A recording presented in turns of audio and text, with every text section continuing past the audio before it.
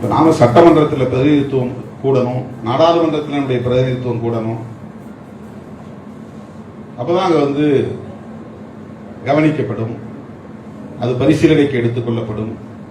அரசியல் ரீதியாகவும் நாம் வலிமை பெறுகிற போதுதான் அதிகார வர்க்கத்தை நம்மால் செயல்பட வைக்க முடியும். இன்னைக்கு 4 எம்எல்ஏ வச்சிருக்கிறோம், 2 எம்பி வச்சிருக்கிறோம். நான் இன்னமும் கொடியேற்றுறது நமக்கு பிரச்சனை இருக்கு. அவ்வளவு எளிதா நம்மளால ஒரு இடத்துல போய் கொடியேற்ற முடியல. விடுதலை சிறுத்தைகள் கட்சி குடியேற்ற இடத்துல தான் கரெக்டா சட்டத்தை பேசுவாங்க அதிகாரிகள்.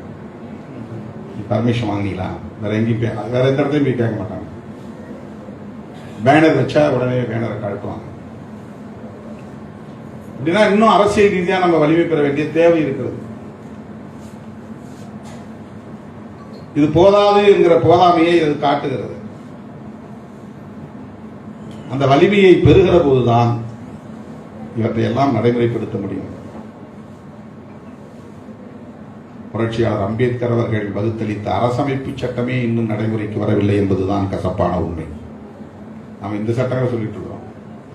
அரசமைப்பு சட்டத்தில் சொல்லப்பட்டிருக்கிற அனைத்தும் நடைமுறைக்கு வந்தாலே இந்தியா இந்நேரம் ஒரு சமத்துவம் உள்ள தேசமாக எப்போதோ பரிணாமம் அடைந்திருக்கும்.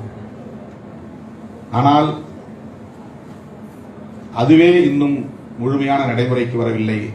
தேர்தல் களத்தில், அரசியல் களத்தில் தான் அரசமைப்பு சட்டம் நடைமுறையில் இருக்கிறதே தவிர சமூக தளத்தில், பண்பாட்டு தளத்தில் அரசமைப்பு சட்டம் இன்னும் நடைமுறைக்கு வரவில்லை. சனாதன தர்மம் தான், வர்ணாசிரம தர்மம் தான், மனுஸ்மிருதி தான் இன்னும் நடைமுறையில் இருக்கிறது.